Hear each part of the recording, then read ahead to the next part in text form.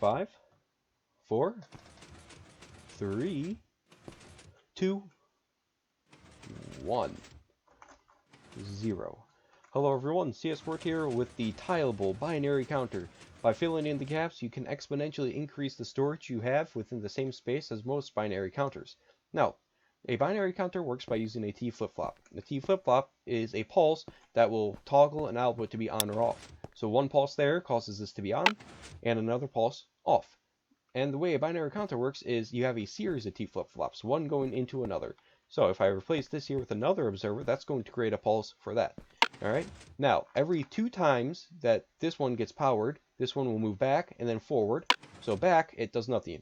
Upon the second one, it will power the next one, and that's how a binary counter is working. You can create a line of these, with, as in Seth Bling's Caterpillar, to where you can just move one observer back and forth to power the next piston observer combo all the way to the end. Now, on my process to getting to the 1 wide, I first decided to try and use no pistons or hoppers or droppers and just use the torch, repeater, dust, and comparator method. However, creating the T flip-flop itself was quite a problem, because a pulse from an observer means you need to just have a really small circuit here. And that's what I've done. A torch powering a repeater at no delay gets locked by a repeater. And so, one tick, one pulse causes this to be lit. Our T flip-flop is here. And to create a binary counter, you need to have another T flip-flop going out of this using a pulse. And to do this, you just simply take the output from the repeater and the torch at the same time, because as one is depowering and the other one powers up, there's a slight delay, which causes a pulse, allowing the next T flip-flop to be powered. And this one is so precise in timing that you have to use a comparator for update order in order for this to work. I'll go ahead and demonstrate. Hit the button, second one turns on. Hit the button again, first one turns on. When the first one turns on, again, second one will be affected, and so we can repeat the process over and over.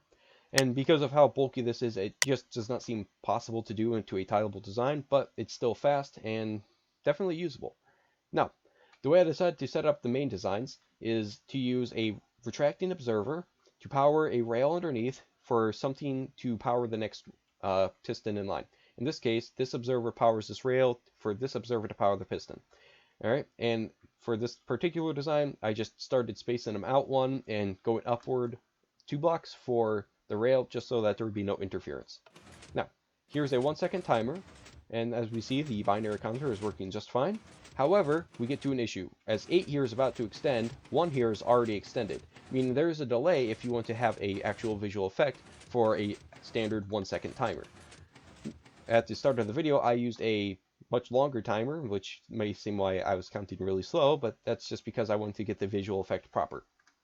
Alright, as for the output, here in the front, you can place the sticky piston and a block of redstone, and when this gets pushed forward, it'll push this block of redstone forward, and so you can match what you have right here.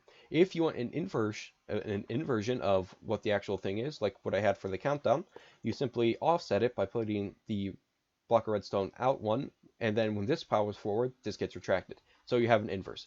And of course, you could still keep your whole repeater to have a pulse output if that's what you want.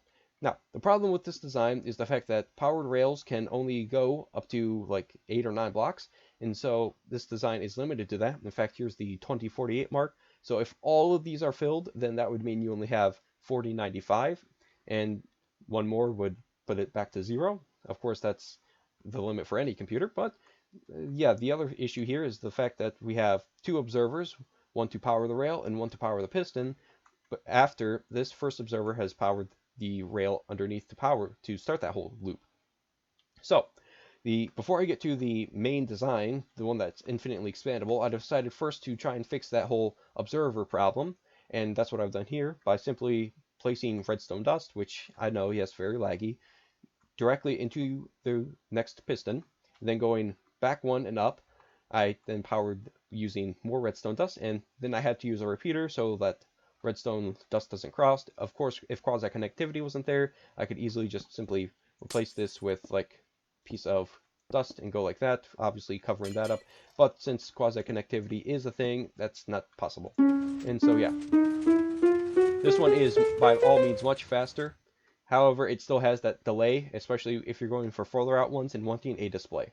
Now, on to the infinitely expandable design. This one does come at the cost of taking 3 observers, meaning it is relatively slow, but it is by all means the simplest to design. So, repeating the same thing I had for the other 2 designs, there are 3 rails for the first, and so that is where you'll have your line of pistons.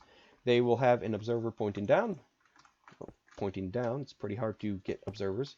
And make sure you have a solid block here. I'm just going to use glass for now, doesn't matter. And so your design is just going to be down, over, and back. So you create an L. Now, to do the next one, what you're going to do is you're just going to go back 1 and up 1 block, and just rinse and repeat, over and back. And now make sure you put a block here that's not going to power the rail underneath, and some dust on top.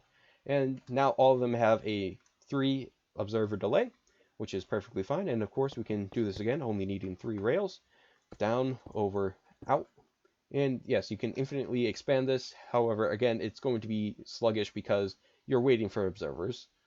Now, if you were back into the original release of the observers when they didn't really have any delay, then you could definitely make this as fast as you want. And that's all I have for today. Thanks for watching. If anyone wants to give a shot at the pistonless design, feel free to do so. I'm probably going to give up on it. And thanks for watching. Goodbye.